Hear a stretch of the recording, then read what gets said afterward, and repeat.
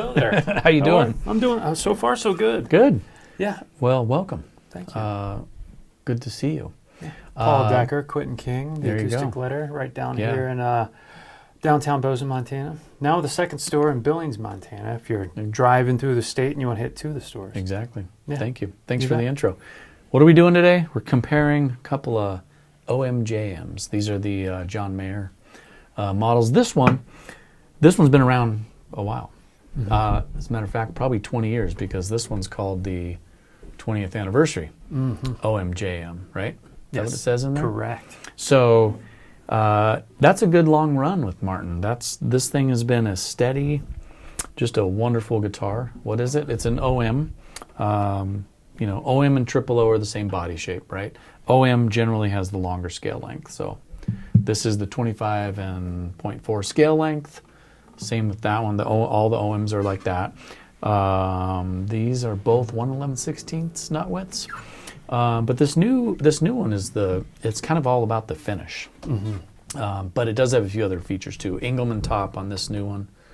Mahogany neck. I believe this one's a Sitka top, and I think this one they call it a Spanish cedar neck.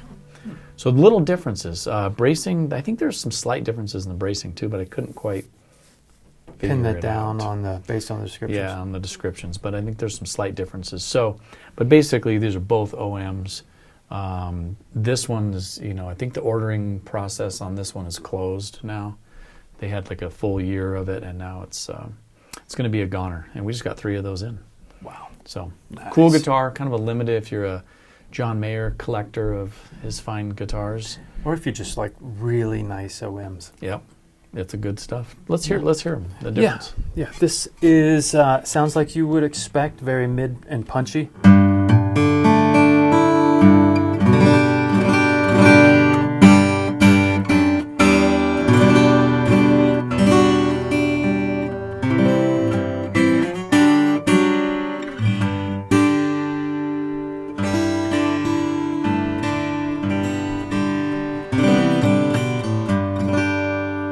Really crispy, really a clean tone. Hopefully these are in tune from.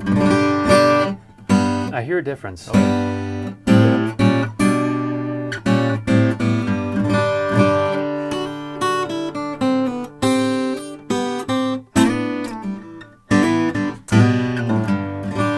This one's just, for one, beautiful. This finish is really cool. It's very cool. The way the rosette works with this, it's just cool looking. Yeah, I've always said that I'm drawn to natural colors, but there are times when it's unique enough that I don't mind a non-traditional wood color on a guitar, and this one does kind of appeal to me. It's this grayish bluish to my eye. Yeah, it's cool, and it's attractive. I dig it. Yeah, try to get it's almost a little warmer. Yeah, I think so. That's what I'm hearing. But that's or aged. It's more. That's the Engelmann top, I bet. Like I always say, I go back and I watch the videos so I can hear the side by sides, because it is a little bit deceptive when you're behind the guitar or above it. Yep. You don't always capture what is really happening out in front. So having the mic and the transitions side by side really does help capture or emphasize any differences between the two.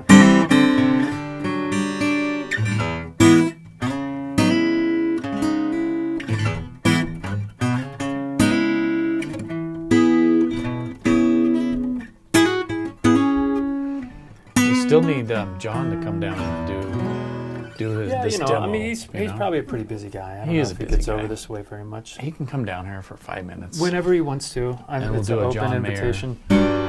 He can demo his own guitars. Hopefully he's out on the Yellowstone fishing somewhere. Or in the studio doing whatever. Working on whatever project he's in the midst of.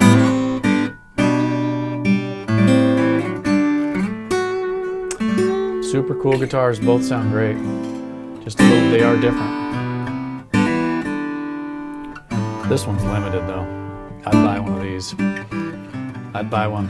It's got John Mayer's name on it. It looks cool, and it's a limited run. He's been such an influential player, and I've said it before. I'm not particularly drawn to signature models. Generally speaking, I'm like, I'd just rather buy the custom with the features without the name on it. But there are times when you think of folks who are truly cornerstones of, I'd say, a rebirth of guitar music. And ever since his Room for Squares album came out in the very late 90s, early 2000s. My first impression was it's another pop guy, right?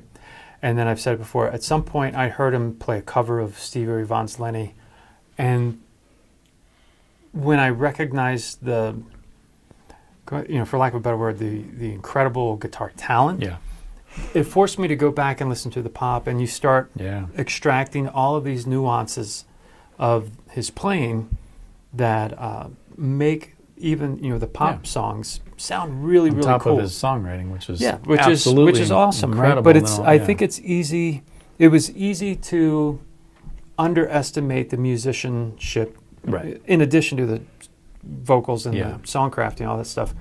But I didn't fully appreciate the value of his guitar playing. But when I heard his Steve, I'm like, this guy is a no joke player. And you go back and listen to the pop stuff, I'm like, there's so much artistry, guitar artistry going on. He's one of the guitar gods. Yeah, he's the one. It's really cool. I'm not trying to fanboy too much. I respect what he can do on a guitar. I agree. 100%. And just for those, if there's any doubt, I'd say his Hendrix covers are probably some of the best Blues that have Trio. ever been done. He's great. We like John Mayer. He's a badass. Well, that's it. Let's check them out again here. And we'll do a little side-by-side flow. Maybe get to hear a little bit of the difference, the distinctions in top wood, maybe some bracing, neck. All of these things add up to some little differences, subtleties. and I can hear it in the room, and I bet it'll translate. We'll through let you do your thing. The side by side. Thanks for being here, Quinn. You bet. All right. Thanks for watching.